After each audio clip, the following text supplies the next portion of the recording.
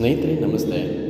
ಈ ವಿಡಿಯೋದ ವಿಶೇಷ ಏನಪ್ಪ ಅಂದರೆ 3-4 ದಿನದ ಹಿಂದೆ ಬೇಗೂರು ಪೊಲೀಸ್ ಸ್ಟೇಷನ್ ವ್ಯಾಪ್ತಿಯಲ್ಲಿ ಒಬ್ಬ ಅಪರಿಚಿತ ಮಹಿಳೆ ಸಿಕ್ಕಿದ್ದಾರೆ ಅಂತೇಳಿ ನಾವೊಂದು ವಿಡಿಯೋ ಅಪ್ಲೋಡ್ ಮಾಡಿದ್ವಿ.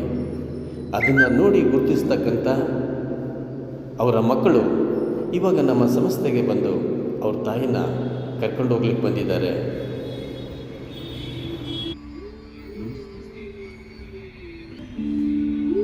ನಮಸ್ತೆ ಸ್ನೇಹಿತರೆ, ಪ್ರಶಾಂತ್ ನಿರಾಶ್ರಿತರ ಆಶ್ರಮದಿಂದ ನಾನು ಪ್ರಶಾಂತ್.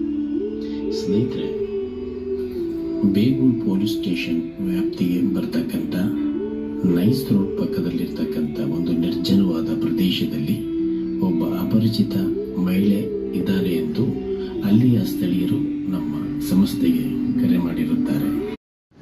ಸ್ನೇಹಿತರೆ, ಅವ್ರ ಮಕ್ಕಳು ವಿಡಿಯೋ ನೋಡಿ ಅವರು ನಮ್ಮ ತಾಯಿ ಅಂತ ಗುರುತಿಸ್ತಾರೆ. ನಾನು ಎಲ್ಲರಲ್ಲೂ ಕೇಳ್ಕೊಳ್ಳೋದಿಷ್ಟೇ, ಮನೆಯಲ್ಲಿ ಯಾರಾದರೂ ವಯಸ್ಸಾಗಿರ್ತಕ್ಕಂಥ ಅಜ್ಜ ಅಜ್ಜಿ ತಂದೆ ತಾಯಿ ಯಾರಾದರೂ ಸರಿ ಮಾನಸಿಕವಾಗಿ ಅಸ್ವಸ್ಥರಾಗಿದ್ದಾರೆ ಅಂತ ತಿಳಿದ ಮೇಲೆ ಅವ್ರು ನಮ್ಮ ಮನೆಯಿಂದ ಹೊರಗೆ ರೋಡಿಗೆ ಬರೆದಾಗೆ ದಯವಿಟ್ಟು ಜವಾಬ್ದಾರಿಯಿಂದ ನೋಡ್ಕೊಳ್ಳಿ ಅಂತ ಹೇಳ್ತಾ, ಯಾರಿಗೆ ತಾನೇ ತನ್ನ ತಾಯಿ ಈ ಪರಿಸ್ಥಿತಿಯಲ್ಲಿದ್ದಾಗ ನೋಡಿದ್ರೆ ಕಣ್ಣಲ್ಲಿ ನೀರು ಬರದೇ ಇರುತ್ತೆ ಹೇಳಿ ಸ್ನೇಹಿತರೆ. ನೋಡೋಣ ಅವ್ರ ಮನೆಯಿಂದ ಯಾವ ರೀತಿ ಮಿಸ್ ಆದರು ಅನ್ನೋದ ಅವರಿಂದಲೇ ಕೇಳಿ ತಿಳ್ಕೊಳ್ಳೋಣ.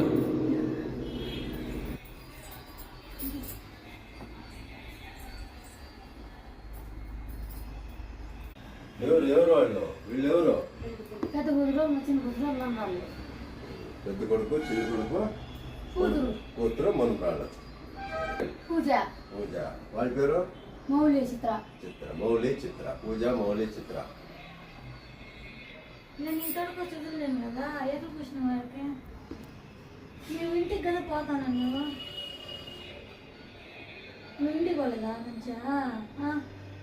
యాడికి పోయింటమ్మా? యాడికి పోతుంది? ఎట్లా పోయినా చెప్పు, మేము ఎట్లా ఎదుగుతున్నాము పిచ్చి కుక్కలాగా.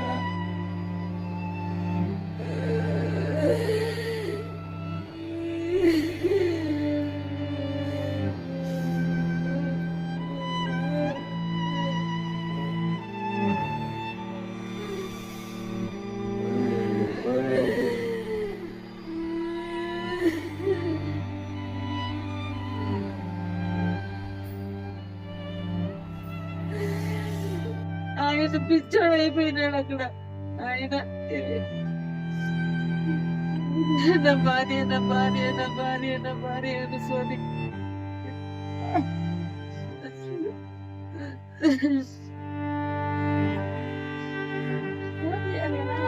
నెంబర్ ఫస్ట్ పోయినా మర్చిపోయిందా?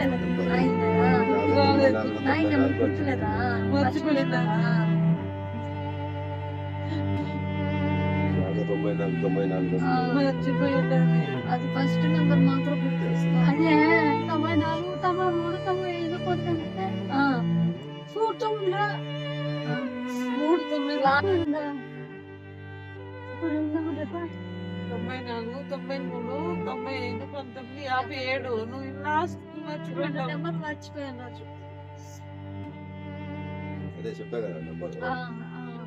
ఆమె ఎప్పుడు ఫోన్ ఎత్తుకుపోతుంది, కానీ ఆ ఫోన్ కూడా వదిలేసి కూర్చున్నది.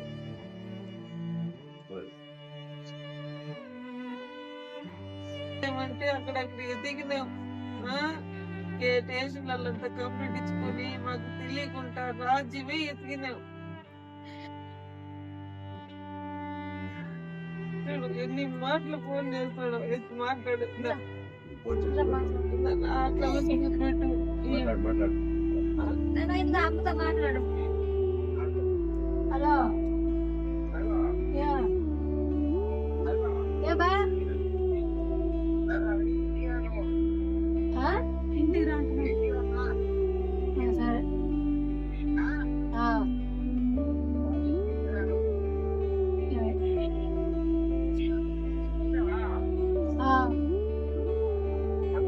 తినేను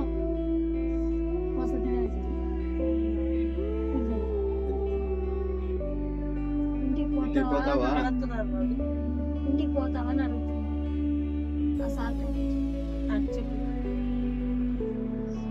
పోయేదాన్ని నాకు ఇష్టమో అని చెప్పు. వాళ్ళకి అక్కడ వాళ్ళు వీడియో తీసుకున్నారు చెప్పు. నాకు ఇష్టము కూతురు పోయేదని కేಳಿ ನಮ್ಮಮ್ಮ ಮಿಸ್ ಆಗ್ಬಿಟ್ರು ಸರ್. ನಮ್ಮ ಮನೆ ಹತ್ರ ಬಂದ್ಬಿಟ್ಟು ಅಲ್ಲಿಂದ ಕರ್ಕೊಂಡು ಹೋಗಿ ನಮ್ಮ ಮನೆ ಹತ್ರ ಬಿಟ್ಟು ಹೋದೆ. ಅಲ್ಲಿಂದ ನಮ್ಮ ಅಕ್ಕವ್ರ ಮನೆಗೆ ಹೋಗ್ತೀನಿ ಅಂದ್ರು. ಅವ್ರಿಗೆ ದಾರಿ ಗೊತ್ತಿಲ್ಲ. 3 ಗಂಟೆಗೆ ಈ ಹುಡುಗಿಗೆ ಕಾಣಿಸಿದ್ರು. ಆ ಹುಡುಗಿ ಹತ್ರ ಬರಲ್ಲ ಅಂತ ಹೇಳ್ಬಿಟ್ಟು ಮತ್ತೆ ಮನೆಗೆ ಹೋಗ್ತೀನಿ ಅಂದ್ಬಿಟ್ಟು ಆ ಹುಡುಗಿ ಹೋಗಿ ಕರ್ಕೊಂಡ್ ಬರೋಷ್ಟಿಗೆ ಇವ್ರು ಕಾಣದೆ ಹೋಗ್ಬಿಟ್ಟು 18ನೇ ತಾರೀಕಿಂದ ಹುಡ್ಕಾಡ್ತಾ ಇದೀವಿ. 19ನೇ ತಾರೀಕು ಸಿಕ್ಕಿಲ್ಲ. 20ನೇ ತಾರೀಕು ಪೊಲೀಸ್ ಸ್ಟೇಷನ್ ಅಲ್ಲಿ ಕಂಪ್ಲೇಂಟ್ ಕೊಟ್ಟಿದ್ದೀವಿ, ರೂಪಿನಗರ್ ಪೊಲೀಸ್ ಸ್ಟೇಷನ್ ಅಲ್ಲಿ. ಅವರು ನಾವು ಎಲ್ಲ ಡೈಲಿ ನೈಟ್ ಬೆಳಿಗ್ಗೆ ಹುಡ್ಕಾಡ್ತಾ ಇದೀವಿ. ಎಲ್ಲ ಕಡೆ ಬೇಗೂರು, ರೂಪಿನಗರ, ಸಿಲ್ಕೋಡು, ಮಡಿವಾಳ, ಕೋಲ್ಗೇಟು ಎಲ್ಲಾ ಸೈಡ್ ಹುಡ್ಕಾಡ್ತಾ ಇದೀವಿ. ಎಲ್ಲೂ ಸಿಗ್ತಾ ಇಲ್ಲ. ನಮ್ ಮನೆ ಹೊಂಸತ್ರ ಎಲ್ಲ ಹುಡ್ಕಾಡ್ತಾ ಇದೀವಿ, ಎಲ್ಲ ಸಿಕ್ಕಿಲ್ಲ.